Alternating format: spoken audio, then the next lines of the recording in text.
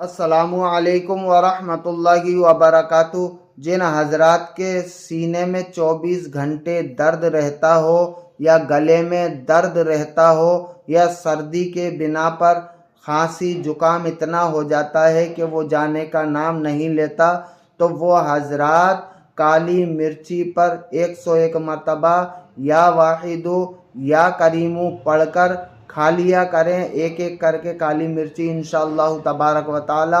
ऐसा करने से बदन दर्द, सीने का दर्द, गले का दर्द और खांसी जुकाम जो भी होगा वो दूर होता हुआ नज़र आएगा। आज के लिए इतना ही। आप हजरात अगर मेरे चैनल पर नए हैं, चैनल को सब्सक्राइब करें, लाइक करें, शेयर करें। वीडियो अच्छा लगे तो प्यारा सा कमेंट ज़रूर करें।